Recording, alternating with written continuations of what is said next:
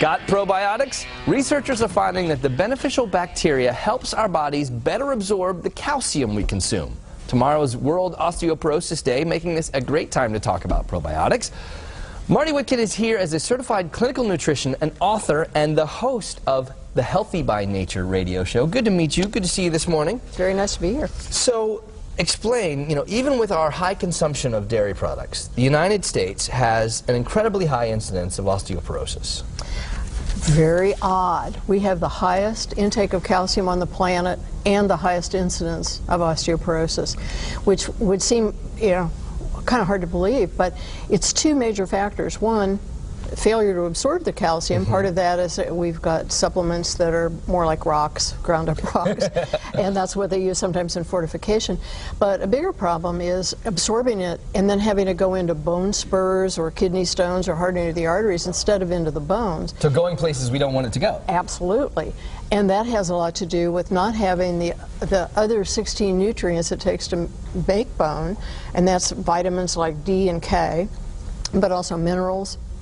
There are a variety of minerals like magnesium, particularly manganese and zinc, not having those absorbed in the mix as well. And then nobody ever thinks about their friendly bacteria as having anything to do with bone, but that's a big issue. Well, so the probiotics, which is a buzzword that all of us have been hearing for some time now in the world, a lot of marketing about it, but those are something that can help our body absorb all of those additional elements we need, as well as the calcium, to help build bone and all of the other body functions that we need to achieve. Well, absolutely. They help break the food down, for starters, and then they keep the lining of the intestinal tract healthy.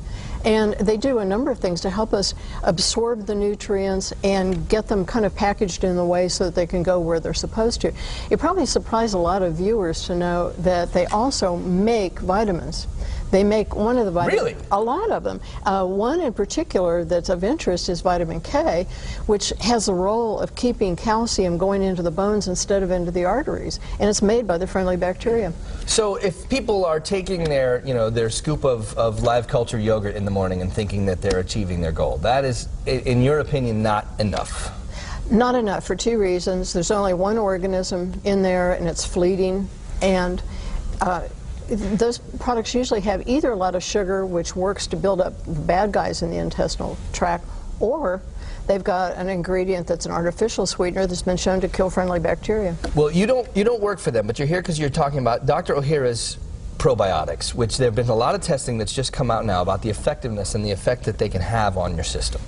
I was really impressed with this study. It was a fairly large study, men and women from ages 70 down to 20, and the women experienced a 32% increase in the health of their bones, and the men 22%. That's pretty significant. So it's like a health insurance for your body by having this team of bacteria working in your system. That's a wonderful way to put it. You get a lot of fringe benefits too. All right. Well, we appreciate you very much for stopping in and talking with us about it. Again, if you would like some more information about Dr. Ohhira's probiotics, log on to essentialformulas.com.